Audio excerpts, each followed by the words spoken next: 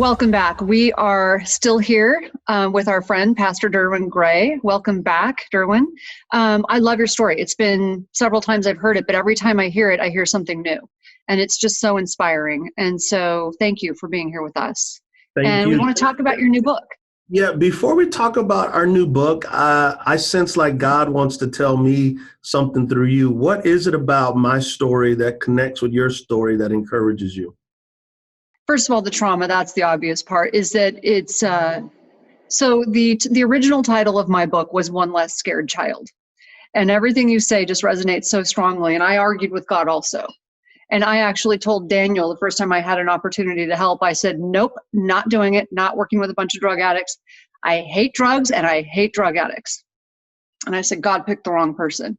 And he looked at me with this annoying smile that only husbands and psychiatrists, I think, have. And he said, God picked the perfect person. And it was really difficult to do. And I realized I had this epiphany. And I was standing on stage, still very angry when I was about to speak to these people. And I couldn't look at them as the people they were because of my anger. And I had this epiphany. And in that moment, God answered the prayer that I had spoken before I got on stage, because I prayed he would soften my heart. How am I going to help people I don't like?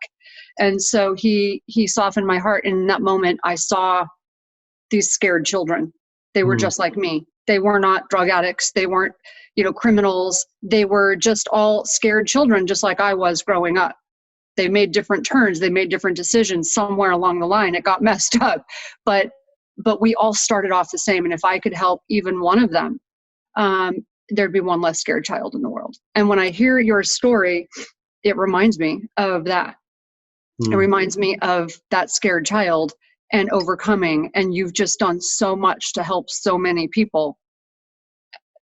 It moves me. Well, and you're so humble about it. I wasn't that humble. I fought it. Thank you for sharing that with me, because that's helpful for me.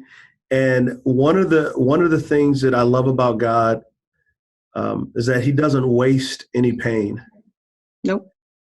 He doesn't waste the pain. And like you said earlier, often in our pain, we find purpose. And what the enemy meant for evil, God turns into good. So for whoever is listening, your trauma just may be the trampoline that God uses to touch lives in ways that you can't even comprehend. Like if somebody would have told me I would be talking to you guys, I mean, Dr. Amen, like I pretty much have a bromance with him. Like I am a Dr. Amen fanboy. I'm a fan of yours too. If somebody would have said, Lil Dewey from the hood would be talking to the scientific cutting edge of brain scanning imagery, I would say, I don't even know what that is, but God uses our trauma and to see what you're doing. And I know your next book is just going to be just epic, epic, epic, epic. So thank you for sharing that with me. That blessed me.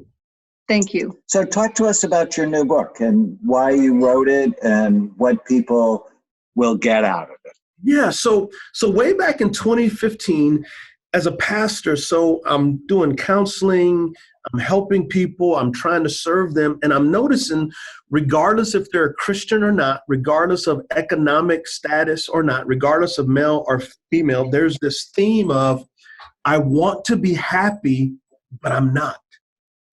And they could be incredibly successful or frustrated, wherever it may be, teenagers, 70-year-olds, like there was this sense of, I'm not happy. And so I began to study the scriptures. And so when I got to the Beatitudes, Matthew chapter 5, verses 3 through 12, Jesus opens up the Sermon on the Mount with what's called the Beatitudes, and he uses the word blessed. And the word blessed in Greek literally is the word makarios, and it means happy. So Jesus says, happy are the poor in spirit, for theirs is the kingdom of heaven. Happy are those who lament or grieve, for they will become comforted. And so he describes 8 characteristics of a person who is happy. And these characteristics are exactly the characteristics of Jesus. And so the good news is God doesn't say, I want you to go fix your life. He's saying, I want to invite you into my life, into my story. Come as you are, but you won't stay the same. I'm going to make you happy. And so happiness is not contingent upon happenings. It's contingent upon this intimacy. Into me, you see this intimacy with Christ, in which he says, I'm going to mold you and I'm going to shape you, and you're going to be someone that looks like me and has a heart and a mind like me. And so it's very much a process. So if I could say it this way, the good life is not about good things happening to you. It's about good God. It's about a good God making you good. And so the happiness that we have transcends circumstances, and it gives us an internal, eternal happiness that fleshes itself out in the present. So the way a theologian would say it is this way: happiness and holiness are two sides of the same coin. And holiness means to become a whole human being. So that's what we're trying to invite people to experience. And during this pandemic, I mean, I just love the Beatitudes, and so many people are suffering, where they've lost their jobs, they may lose their business, they've lost loved ones. My mom and dad actually ended up with COVID in the hospital in the same room. 88 and 90. 88 and 90. And, you know, my brain is going to the dark place, but I have the discipline to at least question my own thoughts. And the Orange County Register is now doing a story on them because they survived and they beat COVID, and now they can do the shopping for us, right? They're the warriors. But there's so much grief, loss, stress. How can the Beatitudes comfort people in this time? Yeah, I'm going to zero in on Matthew 5:4. Happy are those who mourn, they will be comforted. If we don't grieve, we forfeit our growth. Yes. A lot of contemporary Christianity does not leave room for lament or grief. It's happy, happy, happy, happy, happy, but it's the wrong kind of happiness. Sometimes happiness is reflected in God. I wish things were not the way that they are. I wish that all sad things would become untrue. But even in the midst of this, I know you grieve with me. I know you weep with me, because on the cross you experienced it, but you're comforting me because of the resurrection power that gives me a future hope. But it's a present reality that I can grieve that, man, I mean, I couldn't imagine my son or daughter's senior year of high school being wiped out. Prom, sporting events. I mean, there is a lot to grieve.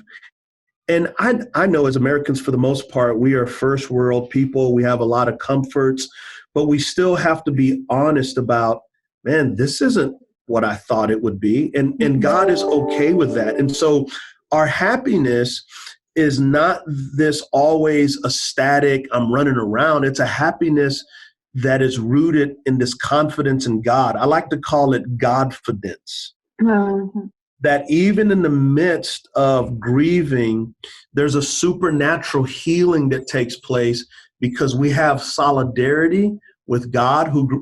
We have a God literally who grieves and suffers with us, but we have a God who gives us strength in the midst of it. So that's the first thing. The second thing is, I really sense that during this, not just in America, but worldwide, I feel like it's like we've built our lives on sandcastles, and this wave called COVID just came in and it just wiped it out. And we're uncertain. I mean, the great American economy has been brought to its knees by a virus that's smaller than a grain of sand. 7 million people, jobless claims. We've seen over 10,000 people pass away. That's just in America. And so there's this sense of our equilibrium is off. but I think our listening is on. Mm-hmm. And I think it's a time for people to press the reset and to seek Jesus afresh, because sometimes Jesus is presented as a political leader of a political party. Sometimes he's presented as a genie in a bottle. And I think Jesus wants to meet us on his own terms. And so my doctoral work is in what's called first century Second Temple Jewish context. And what I try to do is bring people on a journey. Let's talk to Jesus on his own terms where he is, and you'll discover he is more gracious, he is more beautiful, he is more life-giving than you think, and Jesus will jack up your life plan. Yes. If somebody would have told me I would be a pastor, are you kidding me? If somebody would have, guys, the first wedding I went to was my own. No one in my family got married. Yeah. So Jesus will jack up your plans, but it'll make our dreams look like mud pies compared to the difference he wants to make in people's lives. Now, listen, not everybody's going to be a power couple like you guys. Not everybody's going to lead a giant church, but everybody is a somebody that Jesus wants to use to influence someone's life. And so the good life is about experiencing life on Jesus's terms afresh, with his grace, his strength. And the weaker we are, the stronger he is in us. Yeah, need him now more than ever. When we come back, we're going to talk about more practical steps to lead the good life. And you want to say something? Well, when you asked me something in the beginning about what about your story resonated, there was one other thing that is so pertinent to what you're talking about now.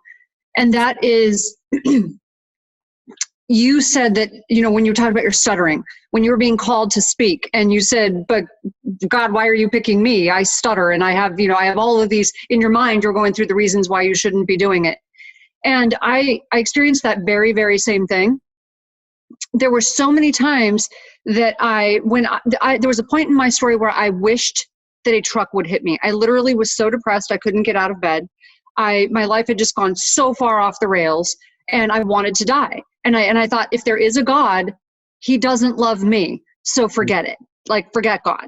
And I was just so despondent, but there's no way I could have known that what I was going through then was going to shape who I am now, like the strength and my ability to speak and writing books and helping people.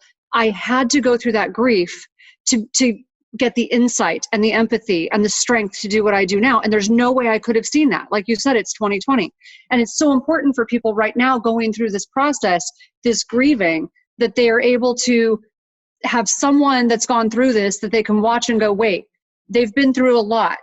And what they've been through is now why they're where they're at. And it's post-traumatic growth, which is, I believe, there's going to be huge post-pandemic growth. Right. And if we pay attention to the pain and what we can learn and not get consumed with ourselves, but look outward to help other people, then your level of stress will go down and your happiness will go up. Stay with us. We're here with Pastor Derwin Gray. You can get a free chapter of his new book, The Good Life, if you go to thegoodlifebook.net. Stay with us. If you're enjoying the Brain Warriors Way podcast, please don't forget to subscribe so you'll always know when there's a new episode.